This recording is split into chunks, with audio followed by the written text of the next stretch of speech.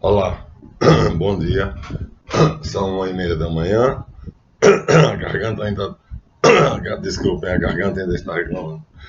1h30 da manhã, estamos gravando mais um vídeo no nosso canal Guia dos Perplexos, na nova série Formação do Império, onde nós pretendemos dar a vocês, com isenção, a formação da OTAN, como é que ela se tornou um grande império, como é que os Estados Unidos se tornaram o líder desse império, e os barões de Rothschild, os magnatas e os reis que se sentaram no trono do mundo.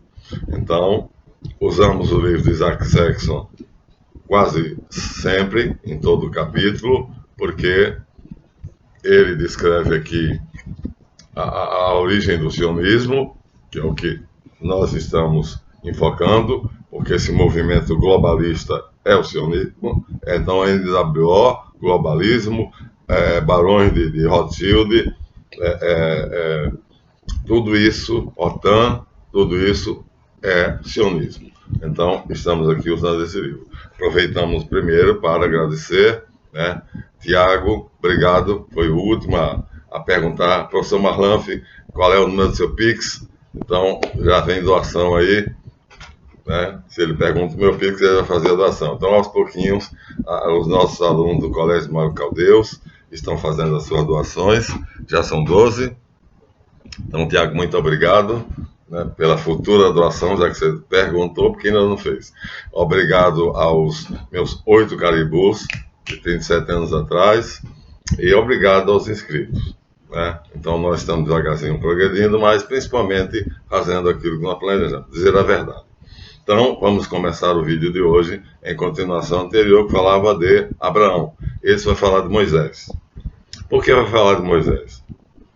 Porque na introdução ao sionismo, os antecedentes do sionismo, melhor dizer isso, o Isaac Sexton diz: podemos considerar, sem receio de erro, que o êxodo ou saída de Moisés e dos israelitas do Egito foi o primeiro movimento sionista. Os israelitas retornavam assim à terra dos seus antepassados, os patriarcas. Aqui ele afundou o pé na lama, né? Porque lá ele disse ancestrais. Aqui ele colocou patriarcas. Patriarcas Abraão, Isaac e Jacó. Ancestrais, aí poderia ser os camitas que estavam em Canaã. Aqui agora ele afundou. Aqui ele atolou o pé. Então vamos pegar aqui, pega na mentira, corta o rabo dela, porque a mentira tem pernas curtas. Então vamos ver se realmente Moisés pode ser considerado, né, o primeiro sionista sem receio de erro, e que o êxodo foi exatamente esse movimento na direção da retomada da terra dos patriarcas, Abraão, Isaac e Jacó. Bem, nenhum crente seria estúpido para duvidar do que está escrito nesse livro, Bíblia Sagrada, exatamente no Êxodo, que é o livro de Moisés, que relata exatamente o que ele diz ali. A aventura de Moisés, aqui nós temos o mapa, né? A aventura de Moisés que sai do Egito, sai daqui do delta do Nilo. Aqui nós temos o delta. Delta é a entrada no mar. Desculpa, não é assim. Aqui é a terra de Goshen. Aqui já é onde os judeus estavam escravos, né? Aqui nós temos o deserto de Sin, de Sur e de Horeb, o Monte Sinai. Toda essa península aqui é chamada Monte Sinai, cheia de desertos, e é aqui no deserto de Horeb que Moisés tem a visão da sarça ardente. Episódio em que Javé se mostra a ele como anjo, ou como anjo dentro do fogo, é aqui. Então aqui nós não temos e aqui é a Canaã, claramente, ó. Então, aqui nós temos um mapa esclarecedor demais. Aqui à direita nós temos a direita minha, nós temos o mar.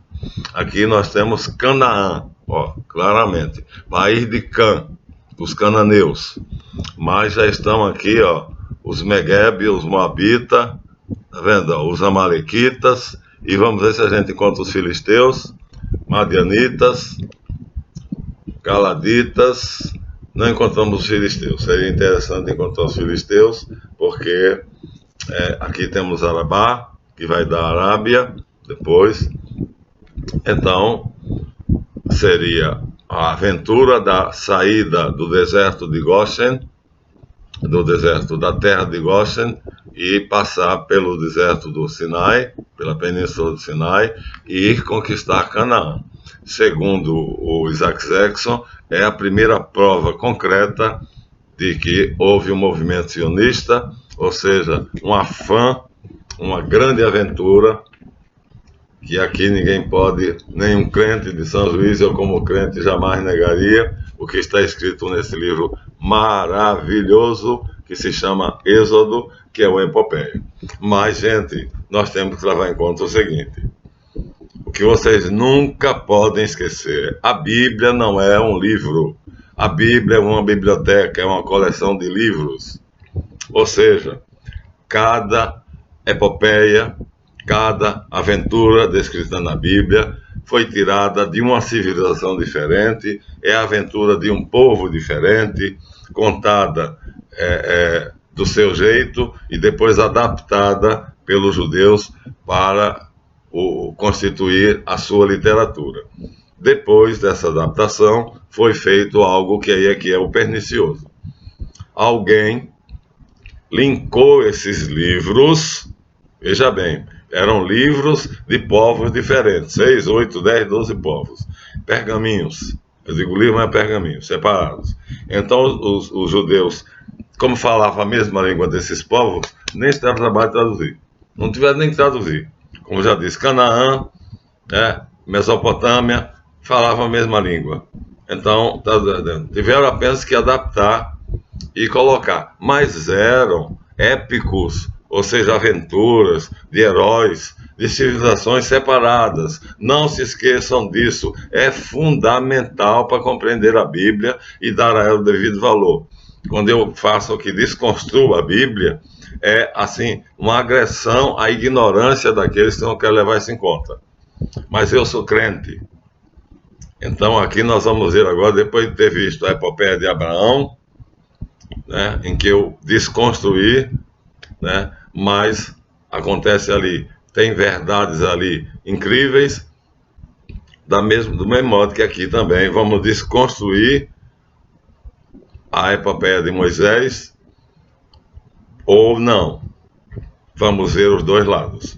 Então, segundo o livro do Êxodo, mostramos aqui que Isaac Zexon diz que é a primeira aventura real, concreta, em que um líder hebreu tenta tomar para si e para os hebreus a terra dos patriarcas. Aqui ele se ferrou quando ele usou patriarcas, porque aí ele já referiu a Abraão, Isaac e Jacó.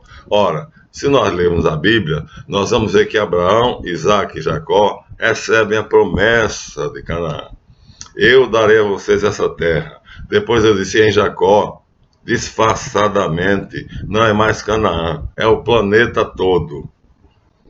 Né? E em um pedacinho do próprio livro de Gênesis, diz que é do rio Nilo ao rio Eufrates. Então são 3 possibilidades. Quer dizer, se Deus é meio maluco, agora eu vou desconstruir. Né? Primeiro diz que é a terra em que tu pisas, e deixa claro que Abraão pisa em Canaã.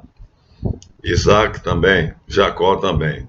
Depois, em Jacó, ele já diz que é a terra toda. Olha para o céu, olha para a terra, para o oriente e para o ocidente, tudo isso lhe pertencerá. Aí já é a terra toda, pô. Né? Do extremo céu até a terra, do extremo oriente ao ocidente, do norte ao sul, é a terra toda. Mas a primeira promessa é Abraão pisava com as suas sandálias na terra de Canaã quando recebeu a promessa. E o que é Abraão, quem é Isaac e quem é Jacó? São pessoas pacíficas, passivas, que jamais tiveram um pedaço de terra em Canaã, a não ser uma gruta com cerca de 15 quilômetros de quadrados. Só isso. Portanto, a Palestina, Canaã, jamais foi dos judeus. E eram pacíficos. São verdadeiras sombras que vagabundeiam pela Palestina, ou atual, pela antiga Canaã, que depois se tornará a Judéia. Então, esses três homens, Abraão, Isaac e Jacó, jamais tiveram terra na Palestina, a não ser Abraão, que comprou a caverna, a gruta de Macpela, e fez um poço num território de mais ou menos 15 quilômetros quadrados. Pronto. Mas 15 quilômetros quadrados não é a terra de Canaã, a Palestina atual. Agora, então, temos que, parece, admitir com Isaac Jackson, que é Moisés, e não Abraão, nem Isaac, nem Jacó, que vai fazer esse grande evento que nenhum crente vai contestar quando lê o livro do Êxodo e se maravilha diante daquela abertura do Mar Vermelho, a maior obra de teurgia. Minha gente, um teurgo é um mago de altíssima qualidade. E Moisés não foi um simples mago, foi um teurgo.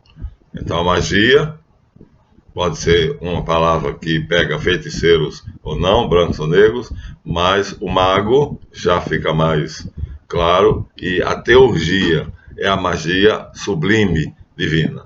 Moisés é um teurgo, praticante da teurgia. Recebeu de Deus poderes extraordinários, segundo está no livro do Êxodo. E eu, como crente, não posso duvidar disso. Que uma parede se ergueu à direita, outra à esquerda, o Mar Vermelho aberto em dois, quando ele simplesmente levantou o cajado e os judeus passaram a pé enxuto pelo meio. Mas essa versão tem outra contrapartida. Se a gente sair da Bíblia e a gente for para os livros que vamos apresentar aqui a vocês, vamos encontrar algumas cositas. Aqui mesmo no Êxodo nós vamos ter um probleminha, viu? Nós vamos ver aqui no Êxodo 6, estão no livro 6, Deus fala a Moisés, eu sou Javé, apareci a Abraão, a Isaac e a Jacó. Eu geralmente jogo isso na cara dos pastores evangélicos e dos padres, para provar que eles são ignorantes. Não me dei a conhecer pelo meu nome Javé aos patriarcas, nem a Abraão, nem a Isaac e a Jacó, e sim como El Shaddai, o Deus Todo-Poderoso. Aqui deveria ser dito, não me dei a conhecer perfeitamente, completamente. Porque o que a tradição judaica afirma é que o nome Javé tem uma pronúncia especial, que quem conhecer essa pronúncia especial terá contato com Javé e o poder de Javé. Olha só, então aqui não é uma mentira que se opõe, como eu digo, a Gênesis 28. Se você recua aqui até Gênesis 28, você vai ver que Jacó estava dormindo, sonhou, e nesse sonho tinha uma escada. E nessa escada tinha um homem, e esse homem disse a ele, eu sou Javé, Deus do seu pai Abraão, Deus de Isaac e Deus de Jacó. Aí eu pergunto ao pastor ou ao padre, qual dos dois é mentiroso? O escritor de Gênesis 28 ou o escritor de Êxodo 6? Não, minha gente. A questão é, aqui, Jacó não renega o Deus de Abraão e de Isaac e de Jacó, que era El. Tanto assim que depois da aparição de Javé, veja como quando a gente pesquisa com cuidado, com carinho, com respeito à Bíblia, não se desconstrói. É impossível. É um livro notável. Por quê? Porque depois que Jacó vê na escada o homem brilhante que diz, eu sou Javé, o Deus de seu pai Abraão, e Deus de Isaac, e Deus de Jacó, não, e teu Deus, assim, aparentemente contradizendo Êxodo 6, na verdade, ele não renega El Shaddai, porque na sequência diz, ao despertar Jacó disse, de fato Javé está nesse lugar, e eu não sabia disso. Esse lugar é terrível, e não é nada menos do que casa de Deus e porta do céu. Levantou-se de madrugada, colocou óleo em cima de uma pedra e chamou-a Bet-El. Bet quer dizer casa, e El quer dizer El. Casa de El. Isso prova o quê? Que ele adotou dois deuses. Agora, prova que ele é politeísta. Prova que ele é politeísta, porque se a questão é afirmar que o judeu é monoteísta, aqui nós temos a primeira prova de politeísta. Por quê? Porque Jacó, dormindo, adora El Shaddai, que é o Deus dos seus pais Abraão e Isaac. Aqui está repetido, acabei de ler, não vou reler. E aparece um outro, um ser que diz: eu sou Javé. Aí ele diz: Javé, tu serás meu Deus se me deres pão para comer, roupa para vestir, bens, de modo que eu volte rico para a minha terra, feliz e com muitas esposas e filhos. E aí Javé aceita e diz: serei seu protetor e te darei tudo isso e te darei a terra. E aí ele quer que faz? Adota Javé como Deus. Então eu vou lhe prestar culto. Mas logo depois, diz a Bíblia, textualmente, derrama óleo em uma pedra para consagrar e chama essa pedra de Betel, que será Belém, Betelém. Betel, Betelém, Belém. Então ele não abandona El Shaddai. Ele não abandona El. Ele passa a ter dois deuses. El, o Deus de Abraão, Isaac e Jacó, e Javé. Ou seja, ele se torna politeísta. Porque a versão de que os dois deuses são um Deus só é absurda, já que Jesus Cristo se apresenta como sendo a imagem de El, que é bondade, compaixão, misericórdia, e enquanto que Javé é guerreiro, sanguinolento, sanguinário, exige sacrifícios. Então não dá para considerar um Deus só, mas nem que a vaca tussa. Agora, aqui fica claro o seguinte: Jacó se torna politeísta. Ele adota dois deuses. Isso acaba com a pretensa, com a suposta contradição que eu uso de molecagem contra padres e pastores ignorantes. Então Javé aparece mesmo. Jacó vê Javé. Ele diz: eu sou Javé. Mas não abandona El Shaddai. Tanto assim que o altar que ele constrói, diz: eu vou cultuar Javé, mas o primeiro altar é Betel, casa de El. Logo ele continua cultuando El. Para ele não é nem um pouco problemático ter dois deuses, porque nós já dissemos: Canaã era a terra de Quemosh, Orotal, Milcom, Baal, Nergal e vai outros aí. Então era comum o politeísmo. E olha que aqui Abraão tenta ser monoteísta, Isaac tenta ser monoteísta, mas Jacó não consegue. Ele termina deslizando por causa dessa visão, não deixa de adorar El, porque o altar é para El. Mais tarde ele próprio vai mudar de nome, e de Jacó ele vai ter uma luta misteriosa com o anjo, às margens do rio Jaboque, e o nome de Jacó vai ser mudado para Israel. Continua El. O problema que fica aqui é o seguinte: dizer que ele é monoteísta é uma cavalice. Por quê? Porque ele continua adorando El, ele não renega El, e continua até ao fato que o nome dele vai se tornar o anagrama Israel, terminar em El. E consagra imediatamente depois dessa visão uma pedra como um altar dedicado a El, mas passa a cultuar Javé. Então, dois deuses. Mas isso invalida a pretensa contradição entre Gênesis 28 e Êxodo 6. Na verdade, a tradução é que está errada. A tradução falhou em um detalhezinho. Eu sou Deus de Abraão, Isaac e Jacó. Deveria estar escrito assim: não me revelei a eles perfeitamente e completamente, não me dei. Não me dei a conhecer, não dei a conhecer perfeitamente o meu nome Javé. Ora, dar a conhecer perfeitamente, repito, gente, entenda, era uma pronúncia especial do tetragrama, porque o tetragrama só tem 4 letras, Yod, Re, Vav, Re. A pronúncia Javé ou Javé é a mais plausível, mas haveria um modo de pronunciar que só Moisés recebe na sarça do Horebe, ao ver o anjo Javé. Ele recebe aqui em Gênesis 6 uma pronúncia que ao fazer essa pronúncia, ele consegue todos os poderes de Javé. E aí se justifica e se explica porque ele abre o Mar Vermelho, porque ele faz as 10 pragas do Egito, porque ele se torna o personagem, depois de Jesus Cristo, o maior taumaturgo da Bíblia. Já disse que taumaturgo quer dizer um mago de elevadíssimo poder. Tudo conciliado, tá vendo? Então, a questão é, a preguiça é que é a desgraça, né?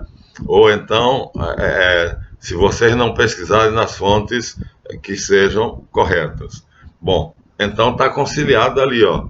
Não há contradição entre Êxodo 6, como eu às vezes faço aqui parecer que há, e Gênesis 28. Não há.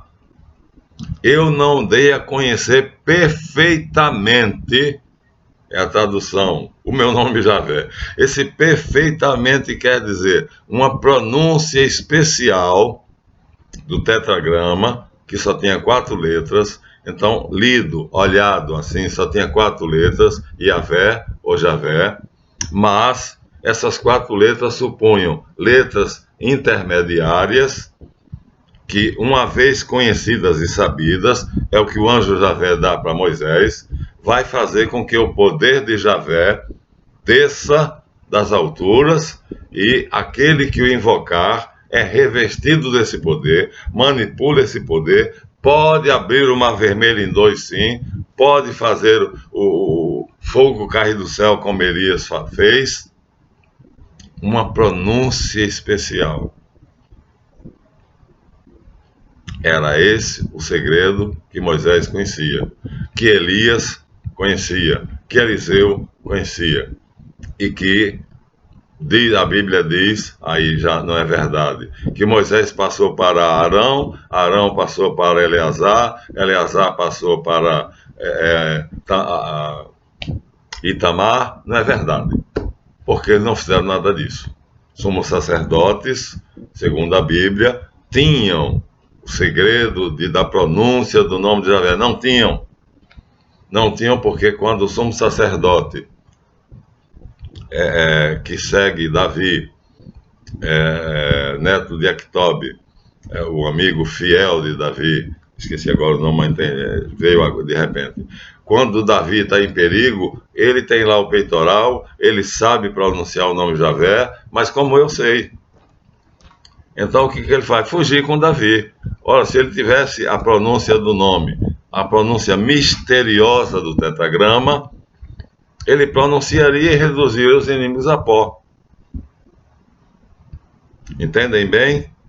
Então, 4 letrinhas que choram, 4 letrinhas que têm uma pronúncia vulgar, que todo sumo sacerdote conhece, e que nós chamamos Javé, mas que intercaladas algumas letras que não são escritas, são apenas ouvidas, e que Moisés ouve, mas Moisés não é o único. Nós vamos mostrar aqui no próximo capítulo, vamos dividir em 2 capítulos, porque o material é muito grande. Mas Balaão, filho de Beor, arameu, também tinha esse segredo. E olha, vou contar para vocês um segredo, hein? Vamos falar de Balaão mais tarde aqui, no livro dos Números. Vai aparecer. A história de Balaão, o épico de Balaão, outro grande taumaturgo, mas para os judeus não tem valor porque é arameu, não é hebreu. É hebreu sim, mas é distante. Os arameus são hebreus, mas são uma tribo distante. Se fosse escrita a história de Balaão com detalhes, seria tão grandiosa quanto a de Moisés, porque ele fazia os mesmos milagres de Moisés, ele fazia as mesmas façanhas, só que é dado assim de passagem, mas fala com uma jumenta, fala com Javé, amaldiçoa um povo e esse povo adoece, cura-se da própria lepra, ele pega a lepra, ele próprio se cura, porque conhece a pronúncia de Javé. Mas Balaão, como Jacó, também tem 2 deuses. Ele adora Javé, sabe o seu culto, conhece a pronúncia do nome correta e adora Baal. Então, para Javé, na verdade, é a história que Moisés diz que não há outro Deus após a mim, viu vocês aí que insistem nisso? Javé blasona dizendo, eu sou único e não há outro além de mim. Ora, como não há outro além de mim, se Jacó adora Javé e continua adorando El Shaddai. Balaão adora Javé e continua adorando Baal. E Javé protege Jacó, e Jacó vem da Mesopotâmia podre de rico. E Balaão faz coisas maravilhosas que, se fossem escritas como um épico, tal como o de Moisés, tal como o de Davi, seria uma epopeia maravilhosa. Só que não interessa aos judeus isso. Nós não temos fontes para poder saber muitos detalhes sobre Balaão, a não ser que ele morava num lugar simples, numa caverna, e que era filho de Beor, Balaão ben Beor. E que Moisés, por ciúme, por saber que ele é igual, mas não podendo enfrentá-lo numa luta de magos, manda matá-lo à espada. Olha que covardia, tá vendo? Aí já tem contra Moisés, já tem aí alguma coisa, né, que eu tenho que dizer. Numa luta de magos, Moisés não consegue vencer Balaão, porque Moisés sabe a pronúncia sagrada do nome, a pronúncia oculta, né? A chave do nome. Balaão também sabe. Ele não se arrisca a um confronto, embora ele diga que não se pode adorar Javé e outro Deus, e Balaão, desafiando essa lei dele, adora Javé e Baal.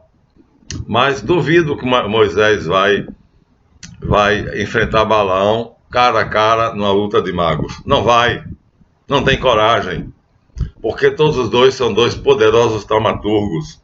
E ele covardemente aproveita uma luta que existe entre os moabitas, ou amonitas e os hebreus, e manda matar Balaão covarde e traiçoeiramente a espada. Isso depõe contra Moisés.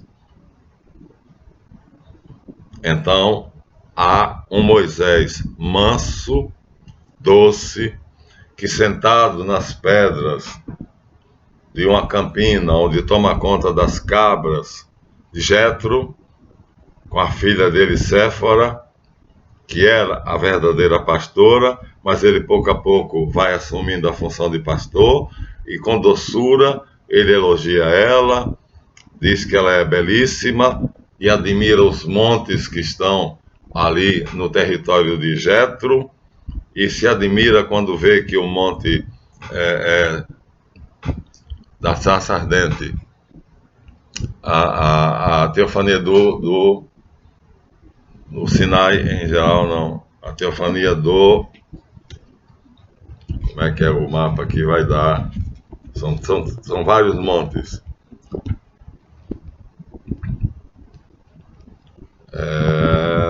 Não é esse. Opa! A teofania acontece em um monte. Teofania significa aparição de Deus. E aí, para Moisés,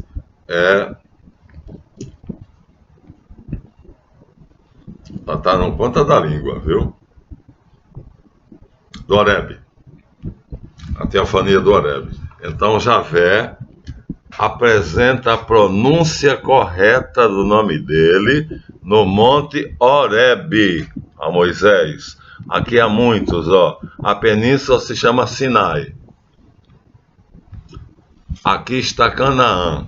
E Moisés está aqui, manso, doce, tranquilo, esqueceu tudo que ele sabia sobre arte militar, está aqui sentado nas campinas, com o filho dele depois, Gerson, também, ensinando o ofício de pastor, ensinando a amar a Deus e cultuar Javé. E aí, não é esse o Moisés que recebeu ainda o nome. Quando ele se enche de poder, se enche de fúria. Quer saber quem uma pessoa é? Dê poder a ela. Pois bem, se aplica a Moisés. Esse Moisés manso, pouco tempo atrás, foi pouco tempo, não, 40 anos atrás, ele chega na terra de Jetro e luta com 4 homens porque eles estão tratando mal 6 moças. Então ele oscila. Ele é como Pedro, né? Uma hora manso, outra hora bravo. Então o Moisés manso, carinhoso e doce existe. E ele se encanta diante da dança que as 6 moças fazem para saber qual que ele escolhe por esposa. Ele não escolhe nenhuma, porque entre elas não está Zípora ou Séfora, e ele já escolheu ela. Ele se encanta sentado nas colinas, nas pedras, olhando o Monte Horebe e vendo, quando Javé está lá, o monte se acende, o cume do monte fica fumegando e há uma claridade. Ele educa os filhos, principalmente o primeiro, Moisés Gerson, mostrando como é bela a vida no campo, simples, diferente da que ele levava no Egito como príncipe. Então esse Moisés doce, como Abraão, como Isaac, como Jacó, pode de repente se transformar numa fera. E ele se transforma momentaneamente quando ele vê 4 homens atacando, 3 homens atacando 6 moças. 3 ou 4. E ele se levanta com o cajado como arma, os homens estão desarmados, também só tem cajado, não tem espada, e ele derruba os 4. Então assim, de repente, o Moisés manso, doce e carinhoso se torna o Moisés brabo, o Moisés furioso. Ele tem essa dicotomia. E essa dicotomia vai se acentuar quando ele tiver a teofania do Sinai. Quando ele chegar aqui no Horebe e receber a missão, Horebe no Sinai, vou mostrar de novo, aqui vai acontecer um fato notável. Ele vai receber a pronúncia secreta do nome de Javé. Aqui, ó. Monte Horebe. Aqui nós temos outro, ó. Deserto de Farã, deserto de Sur, aqui está Horebe. Aqui acontece, no alto do monte Horebe, ele vê Javé, e Javé dá a ele a pronúncia correta. Tem uma pronúncia correta. Hoje, isso já não é mais tão necessário. Eu digo que não é mais tão necessário porque, sem querer me orgulhar, sem orgulho nenhum, não é difícil quando eu, através do nome de Jesus Cristo, invoco Javé e vejo ele e a corte dele, os anjos e os mestres que o acompanham. E é um diálogo doce. Anteontem ele pediu uma cura a ele, uma moça pediu para eu conseguir pedir a Javé que curasse o filho dela, e eu fiz a prece de noite e dormi linkado com ele. De madrugada a voz dele, tonitruante, me acordou, me dando um grande susto, dizendo: o mundo precisa de mais gente que acredite em mim, que o meu poder pode tornar o seu pensamento e o seu desejo em realidade. Aquilo, eu estava dormindo, acordei assustado, e aí depois me acalmei e falei: ora, é apenas a voz de Javé. Então hoje, através de Jesus Cristo, ele se dobra docilmente. Ele vem docilmente ao meu encontro, conversa comigo, e não é comum ele fazer essas manifestações dessa voz tonitruante que me assusta. Geralmente a gente tem diálogos, ele mostra os anjos, ele traz os mestres. Então, mas eu sou manso, às vezes me irrito, uma besteirinha assim, mas Moisés não. Moisés, quando ficava brabo, agora você imagina, coisa vergonhosa.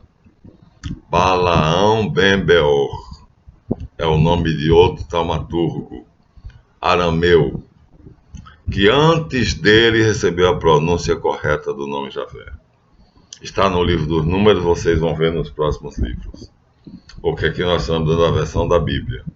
Está aqui na Bíblia, no livro dos Números. E o que é que vai acontecer? vergonhosamente. Moisés percebe que tem um outro taumaturgo que tem um poder igual ao dele, que conhece o nome sagrado na sua pronúncia secreta, que investe de poder aquele que o tem. E não tem coragem de enfrentar esse homem cara a cara. E covardemente manda matá-lo à espada,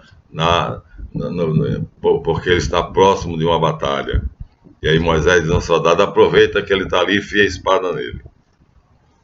Porque, bom, a desculpa que ele está na Bíblia é que Javé não permite ser adorado junto com outros deuses. Mas não acabamos de ver que Jacó adora Javé e não deixa de adorar El Shaddai? Não são dois deuses diferentes? Então o que Moisés não queria era competição. Só isso. Ele encontrou um mago, um taumaturgo igual a ele. Se for, repito, hein?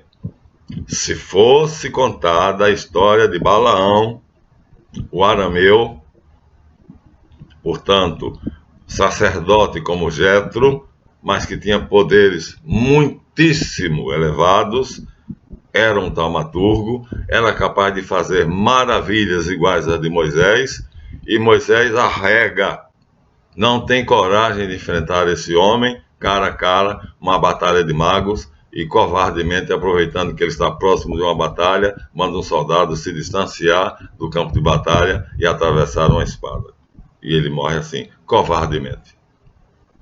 Então Moisés tem essas nuances. Mas aqui basta, vamos parar aqui, mostrando Moisés da Bíblia. E mostrando que é sacanagem, é brincadeira quando eu digo que Gênesis 28, a visão que Jacó tem da escada, onde Javé aparece, ele diz: eu sou Javé, contradiz Êxodo 6, onde Javé, na sarça do Horebe, diz o nome verdadeiro, como é que se pronuncia, qual é a pronúncia correta. Ele diz: eu me dei a conhecer perfeitamente a você, porque deu a pronúncia que nós não sabemos, mas eu, independente de saber ou não saber, através da invocação do nome de Jesus e orando para Jesus, de repente Javé aparece com a corte dele e me traz mestres e me traz anjos, e eu fico entre o céu e a terra, between the sky and space. Então, ele é doce, e ele é, se for necessário, violento, se for preciso enfrentar um mago negro, um feiticeiro, e ele me dá a instrução de como fazer. Então, como Moisés. Então, Moisés já era esse temperamento, e quando recebe o poder de Javé, isso se acentua nele. Ele que era preferivelmente doce, Abraão, Isaac e Jacó chegam a ser meio patetas. São figuras até meio patéticas. Enquanto que Moisés não. Moisés é macho, Moisés é homem, só que ele tem essa duplicidade de personalidade. Né? Esse é o Moisés da Bíblia, o Moisés que eu, como crente, cultuo, acredito, respeito, o Messias dos judeus. E que Isaac Jackson disse que levou os judeus para Canaã, verdade, mas para a terra dos antepassados, que são os patriarcas. Aí ele afundou o pé na lama, porque os patriarcas nunca foram donos de Canaã. Aqui ele enfiou o pé na jaca, errou feio, viu? Aqui lá em cima ele diz ancestrais, né? O sionismo se define como movimento social destinado a promover o retorno dos judeus à terra dos seus ancestrais. Aqui ele diz: podemos considerar sem receio de erro que o Êxodo foi o primeiro movimento sionista de volta dos israelitas à terra dos seus antepassados, os patriarcas. Errou. Ancestrais, aceita-se. porque Canaã era a terra dos cananeus, e os cananeus são judeus. São os descendentes de Noé. Então ali não está errado. Agora, dos patriarcas está. Porque nenhum patriarca, a não ser Abraão, teve 15 quilômetros quadrados de terra só. Você imagina, num país como a Palestina, o que são 15 quilômetros quadrados de terra? Nada. E dizer que esse é o país dos pais, que nós vamos lá reconquistar, retomar o que é nosso, é uma safadeza sem nome. Mas é isso que faz Isaac Jackson nesse livro, e eu termino dizendo isso. O sionismo é safadeza, é canalice, é especialista em propaganda falsa, em fake news, em tudo, inclusive assassinato, crime e perversidade. Pronto, até o próximo.